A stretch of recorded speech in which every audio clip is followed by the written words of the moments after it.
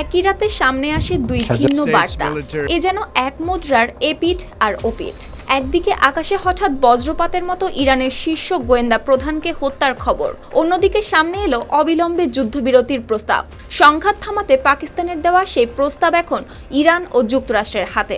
তাহলে কি সত্যি এখন সময় এসেছে যখন বাঘে মহিষে পানি খাবে একই ঘাটে?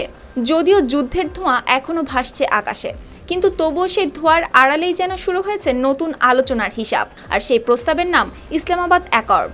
পাকিস্তানের পক্ষ থেকে দেওয়া এই পরিকল্পনাই এখন ঘুরছে তেহরান ও ওয়াশিংটনের টেবিলে। কিন্তু এই প্রস্তাবের ভেতরে আসলে কি আছে?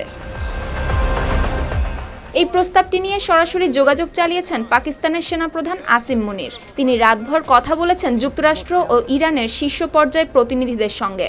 যুক্তরাষ্ট্রের ভাইস প্রেসিডেন্ট জেডি ভ্যান্স থেকে মার্কিন বিশেষ দূত স্টিভ উইটকফ। সিলভার টিপ কন্ট্যাক্টে তৈরি নিরাপদ ও নান্দনিক ক্লিক সুইচ নির্ভরতা জীবন জুড়ে।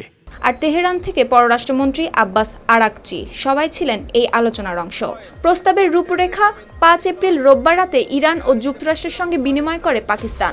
প্রস্তাবটি সম্পর্কে অবগত একটি সূত্র 6 এপ্রিল সোমবার রয়টার্সকে জানিয়েছে এই তথ্য।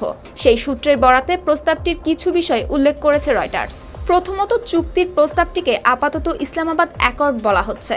চুক্তির প্রস্তাবটি দুই পক্ষের, প্রথমে যুদ্ধবিরতি, এরপর চূড়ান্ত চুক্তি। প্রস্তাবটি সোমবার চূড়ান্ত হওয়ার কথা, সেক্ষেত্রে 6 এপ্রিলের মধ্যেই কার্যকর হতে পারে। যুদ্ধবিরতি হলে সঙ্গে সঙ্গে হরমুজ প্রণালী খুলে যেতে পারে। 15 থেকে 20 দিনের মধ্যে হবে চূড়ান্ত চুক্তি। চূড়ান্ত চুক্তিতে থাকবে পারমাণবিক কর্মসূচি নিয়ন্ত্রণ ও নিষেধাজ্ঞা শিথিল।